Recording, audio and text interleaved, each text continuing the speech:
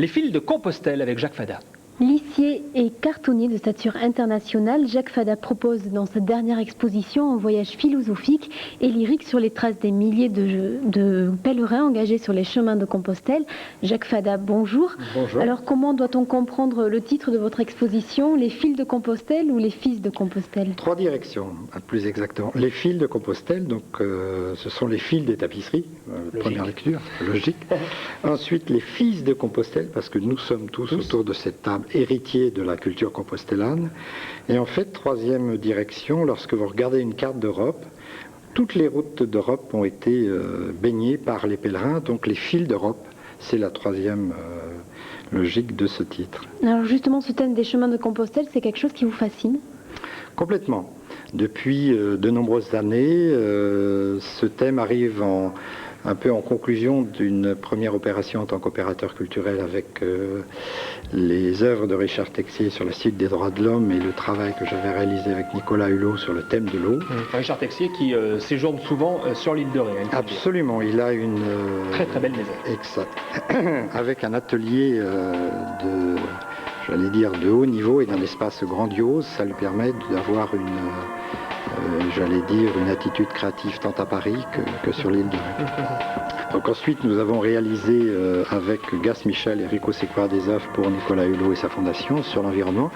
Et donc, 5 ans après, un thème sacré m'apparaissait évident. Donc c'est vrai que Compostelle me fascine depuis, on va dire, les années 97. Mais vous, Monsieur Fada, les chemins de Compostelle, vous les avez parcourus à pied, à cheval ou à vélo, mais est-ce que vous les avez faits? Alors, en partie, et là je dois faire amende honorable, je ne suis pas physiquement parti pendant un mois, 2 mois, à raison de 30 km par jour.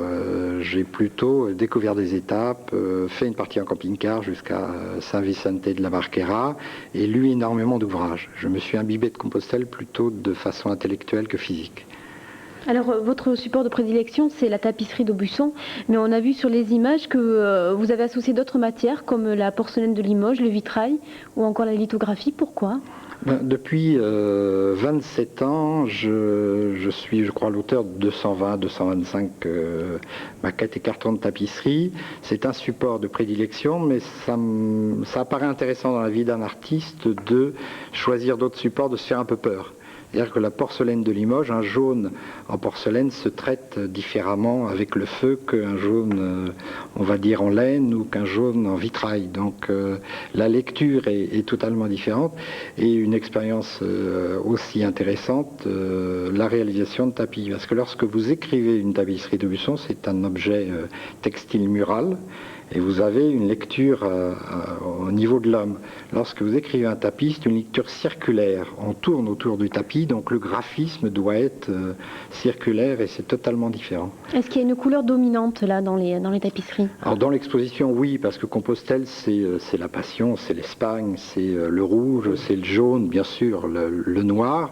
Avec ceci de très intéressant, les premières tapisseries, on va dire jusqu'aux années 95, la plupart de mes œuvres étaient écrites en bleu, parce que je suis breton, je suis marin, et depuis Compostelle, je suis devenu continental. D'Atlantique, je suis passé continental, et ça m'a bougrement intéressé de rechanger complètement ma chromatique et mon système d'écriture. Quand on fait Compostelle, on remet un peu d'ordre dans sa maison et on repart à zéro. J'avais abordé Compostelle de façon un peu trop, tranquille, en me disant j'ai 25 ans de carrière, ça doit bien se passer. Et au début, ça s'est très mal passé. En fait, c'est la réflexion quelque peu des pèlerins, quoi, de ceux qui font le chemin finalement. Absolument, tout à fait. C'est une remise en question et puis du temps passé sur la route. On s'octroie du temps et on remet un peu d'ordre, oui. C'est tout à fait ça. Et justement, est-ce que c'est une exposition qui va faire le tour du monde, qui va faire de la route elle aussi? Alors le tour du monde, non, merci, mais le tour de l'Europe, oui, avec une dernière étape à Saint-Jacques-de-Compostelle dans 2 ans. Et une conclusion et après le passage sûrement à un autre projet. Jacques Fada, merci d'avoir répondu à l'invitation du 12-14. C'est visible jusqu'à quand? Alors jusqu'au 13 avril à la Galerie Saint-Pierre de Limoges. Galerie Saint-Pierre de Limoges, donc une exposition à voir, les fils de Compostelle, à voir absolument, hein, ou les fils de Compostelle, à vous de choisir en fonction de la visite que vous pourrez y faire. Merci monsieur d'être venu sur notre plateau.